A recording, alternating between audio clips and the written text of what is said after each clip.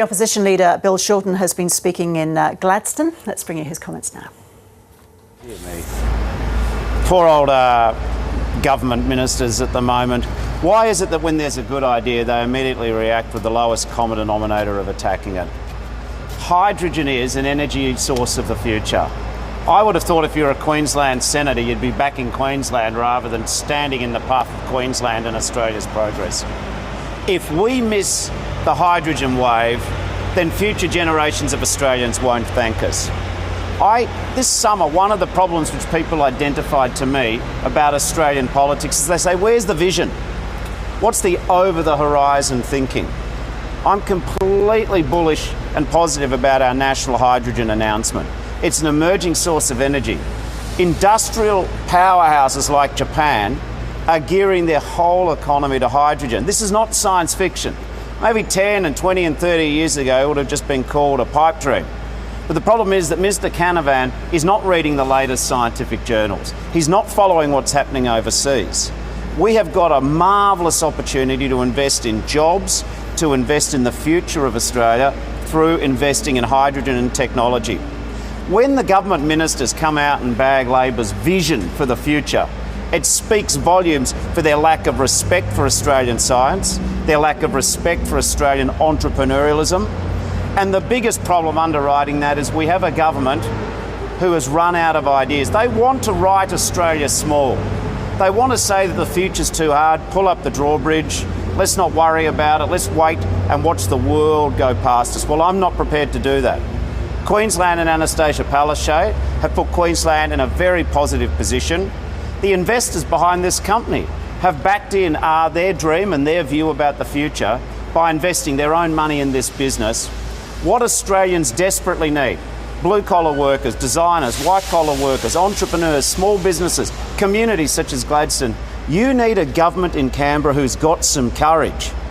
So as I said in my opening, I've got no doubt that the knockers will emerge, say hydrogen's too hard, we shouldn't worry about the future. I promise Australians will be a different sort of government. We'll listen to the best science, we'll listen to the smartest business people, we'll back in Australian ingenuity, we'll work with the council, the local community, and we'll work with the Queensland government. So Mr. Canavan can throw all the bricks he wants. I'm not waiting for the LNP to join the 21st century. We're getting on with business. Mr. Shorten, how concerned are you about the revised growth forecasts from the IMF and from China? And what can you say to reassure Australians who are worried that a Shorten government might not be the best government to manage an economy in some global, or in the midst of global trouble? Well, actually, Australians didn't need the IMF to tell them that our economy is fairly mediocre at the moment. There's some bright spots, but for too many Australians, our economy isn't delivering the dividends. Most Australians actually like our plan for better hospitals, not bigger tax loopholes, our plan for better schools, not profits automatically for big banks, our plans for a better deal for pensioners, not simply more and richer billionaires. This economy is not working the way it should right now after 5.5 years of coalition mismanagement. Australian families are spending more of their household incomes just to make ends meet. We've got an economy where everything is going up except people's wages. I can assure you, for 10 million working Aussies, people in insecure employment, people who haven't had a pay rise for years, they already know that things aren't going the way they should, and we can reassure Australians. We've got a plan to lift wages. We've got a plan to give fair income tax relief to 10 million working Aussies. We'll make sure that when you get sick, you can afford to see the doctor and you can get quality health care. I promise working Australians, I'll make sure your kids get a quality apprenticeship or get a quality education. If they want to find an apprenticeship, we'll help them find one. I can say to older Australians who feel left behind by this government because they're on the aged care waiting list, we'll reduce those waiting lists. The trick to making our economy robust in a global environment is to make sure that you bring people with you. If all Australians can get a fair go, if they can get access to opportunity, that is the best insurance Australia has for global shocks. Mr. Shorten, what do you make of Clive Palmer taking his business to New Zealand, and does it lead credence to Tony Abbott's suggestion that people should vote for a major party, any major party, over an independent? And so I made a promise to myself in the new year, a New Year's resolution about Clive Palmer. until he pays the workers what he owes them, until he pays the creditors what he owes them, until he repays the taxpayers what he owes them, I don't talk about Clive Palmer. With Clive Palmer, I've learnt the hard way. Always identify what his self-interest is before you take anything else seriously about what he says. So that's seriously enough about Clive Palmer. We've got better things to talk about. But going to Mr Abbott's point, I very rarely find myself in agreement with Tony Abbott, but he's right. Don't vote independent, vote Labor. Mr. Shorten, can I ask you about two separate issues? Sure. The first one, how quickly would this come on stream to be actually in a position to export hydrogen? And would those jobs be ongoing jobs? What sort of jobs would they be? And on a completely separate issue, you're spending several $1 million having the replicate endeavour circumnavigate Australia a good way of commemorating Captain Cook. Would you be doing?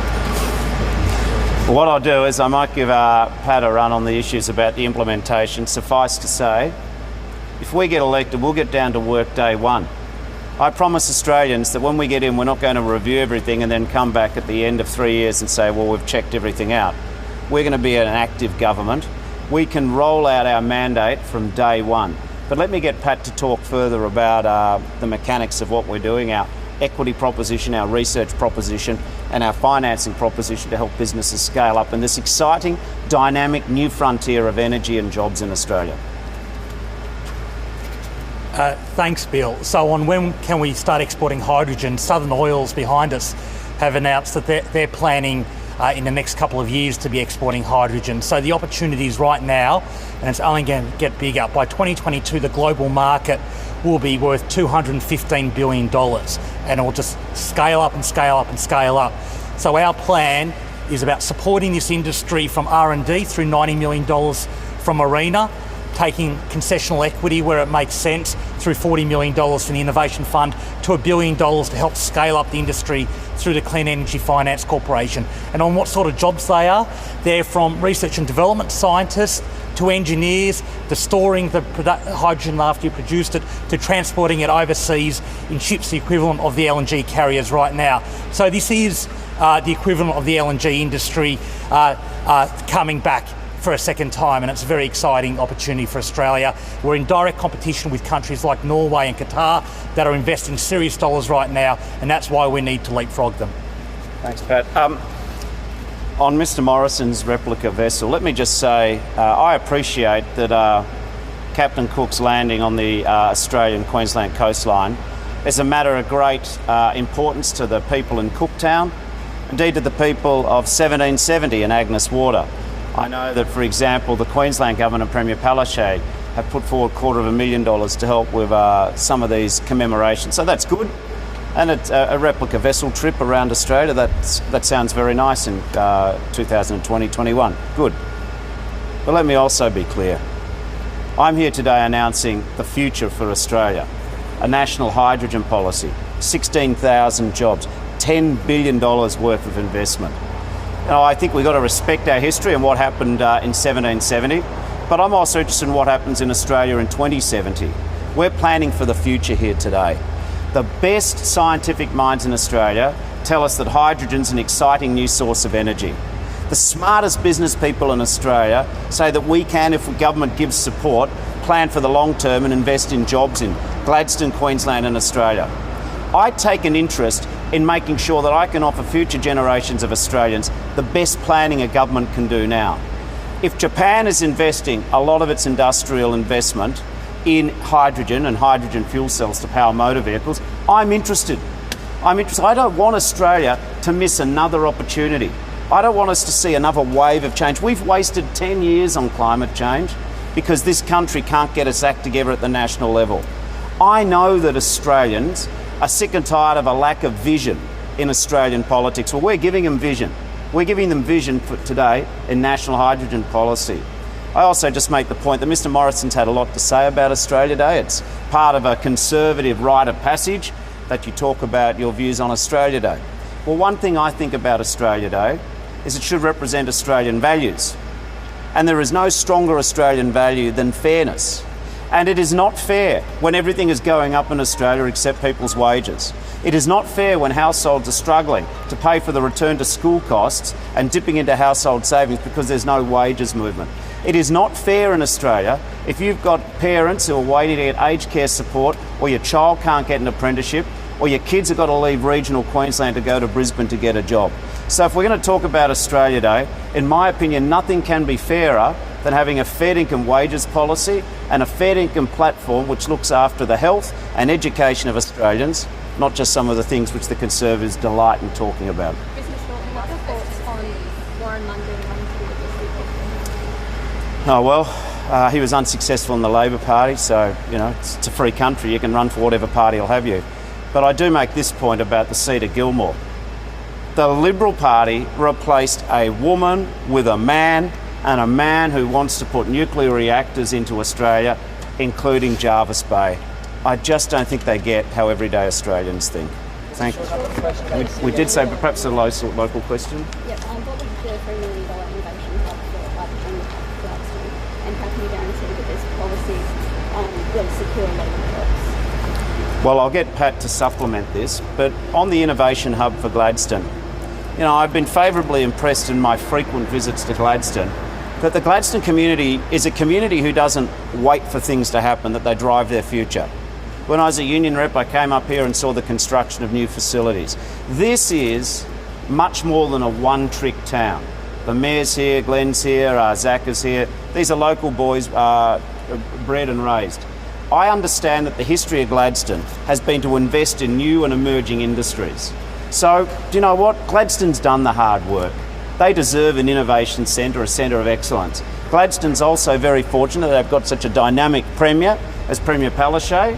She doesn't wait for every other state to work out what's going on and then get their permission. She just goes for it for Queensland. Queenslanders are smart. They back themselves. We're backing the smarts of Queensland by putting the innovation centre, not in Canberra, but in Gladstone. And congratulations again to Leo and the crew down at the Port Corporation who've done a fair bit of work, and indeed Zach Beers, who's always at us to make sure that whatever we have planned for Australia, remember there's Gladstone, it's a portway to the world. Thanks everybody, see you soon. Opposition Leader Bill Shorten there speaking in Gladstone as part of a tour of Queensland. He was there announcing a $1 billion plan to open up the hydrogen industry in the state.